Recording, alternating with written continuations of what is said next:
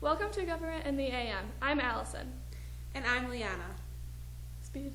Today's date is March 6, 1857. Today we have another very interesting Supreme Court case. Why, yes, we do. We have exclusive interviews with Sanford, Scott, and Chief Justice Taney. This show is jam-packed, so let's get started. Mr. Scott, tell me why you're suing your owner, Mr. Sanford. I am suing him because he claims that I am still a slave under him, even though he brought me to a free state of Illinois. Very interesting. What makes you think that you... I think that I am a free man because I was a resident in a free state, which entitles me to emancipation because I lived in a free state. Therefore, I feel entitled to be a free man. What a great ending to a wonderful interview with Mr. Scott. Now let's get to the other side.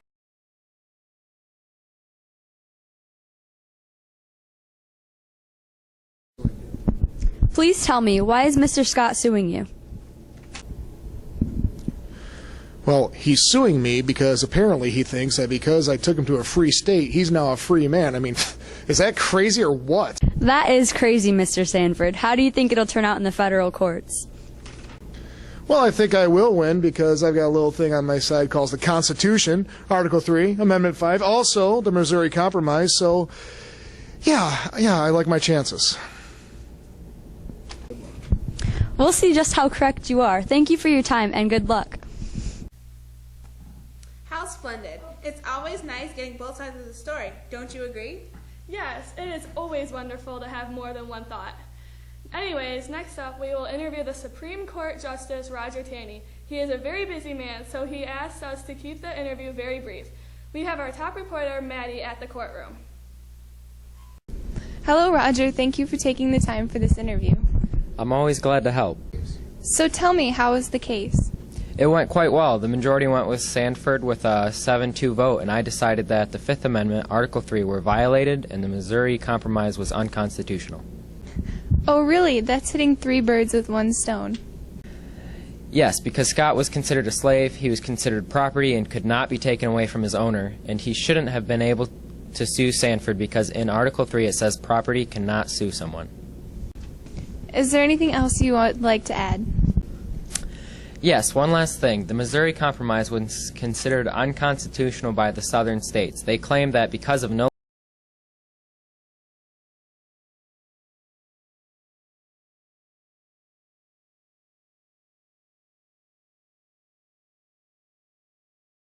I've heard the Civil War could be starting soon. Let's hope it doesn't. Thank you for your time.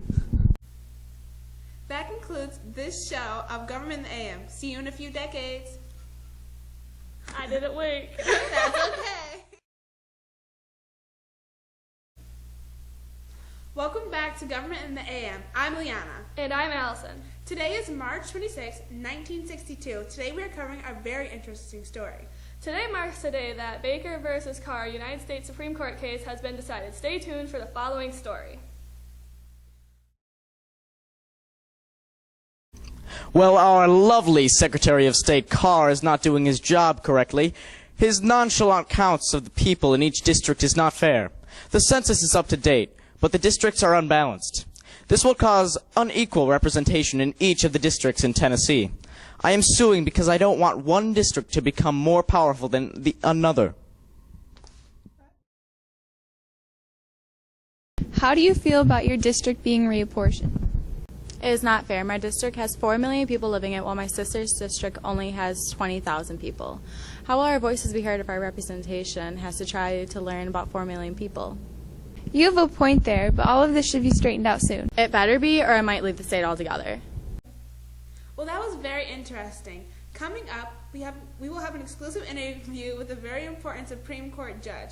Unfortunately, no camera or media personnel were allowed in the courtroom at this time. Nope, this is... We were able to get an interview with Justice of the United States Supreme Court on this case today to tell us about the verdict. Here he is now. The court voted in the majority 6-2 to the plaintiff, Mr. Charles Baker. I am very happy with this outcome. The federal courts have jurisdiction to hear a legislative apportionment. Up until now, it was up to the states to hear about redistricting.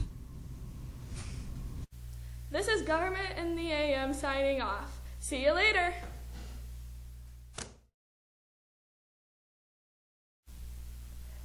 Good morning, America, and welcome to Government in the AM. I'm Emily. And I'm Maddy.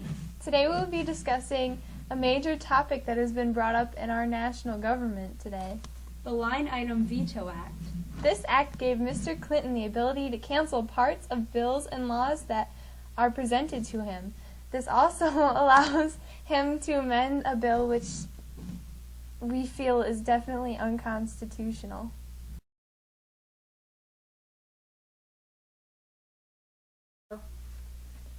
Hello, Miss. How are you today? I'm fantastic. Thank you for asking.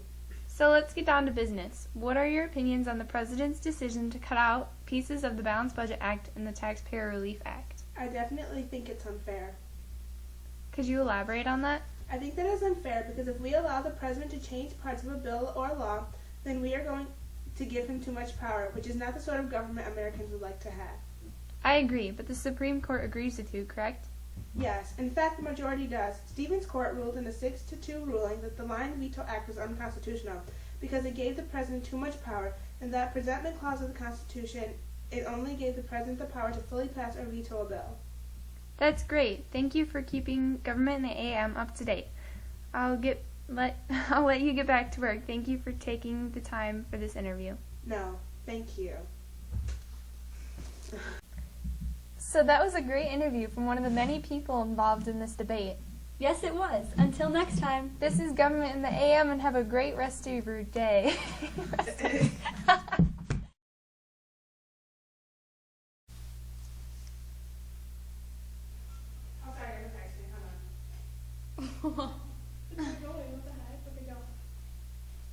Welcome to Government in the AM. I'm Maddy. And I'm Emily. Today, on March 2nd, 1999, we have a very interesting case to bring to our viewers.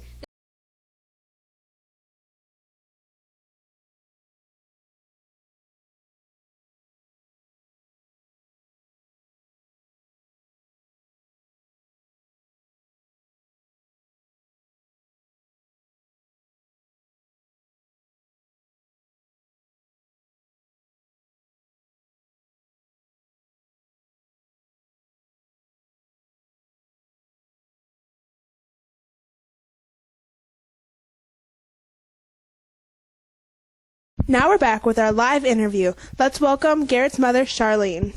Good morning. And the principal, John Nickerson of Cedar Rapids High School. Okay, Charlene, tell me more about this case.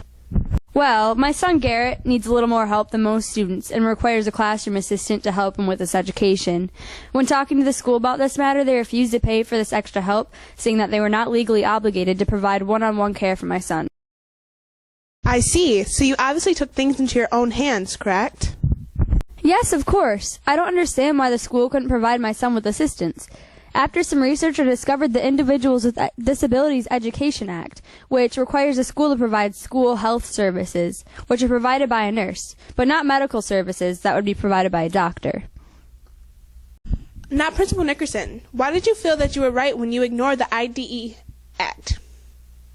The district agreed that care such as this is too costly and far too involved to be considered anything but medical in nature, since it leans towards a medical service. Due to Garrett's ventilator, we aren't obligated to support the act. Principal Nickerson, I disagree. The state of Iowa has a statutory duty to provide all disabled children a free, appropriate public education, which includes related services. The Cedar Rapids School District is required to take care of my son as long as he's being educated in their district, even with the ventilator. See you tomorrow with the results of the Cedar Rapids versus Garrett case. Welcome back to Government in the AM. We're now here live on the scene of the Cedar Rapids versus Garrett case. Good morning, Charlene. Government the AM is here on the scene of your case. Can you please explain the court's decision? Yes, the court actually ruled in our favor with a decision of 7 votes for and 2 votes against. After almost 4 months of waiting, Garrett and I are very happy with the decisions made today. Why exactly did the court decide on this decision the way that they did? Well, the court said that if the services in question are related to keeping my son in school with the same educational opportunities as others, the district must provide such services. There you have it. The court ruled in favor of Garrett in a 7-2 vote. See you tomorrow. Hello, Roger. Thank you for taking the time. Oh. It better be, or I might leave the state. Wait, sorry. You can ad lib too. Yeah. That's the sass we wanted.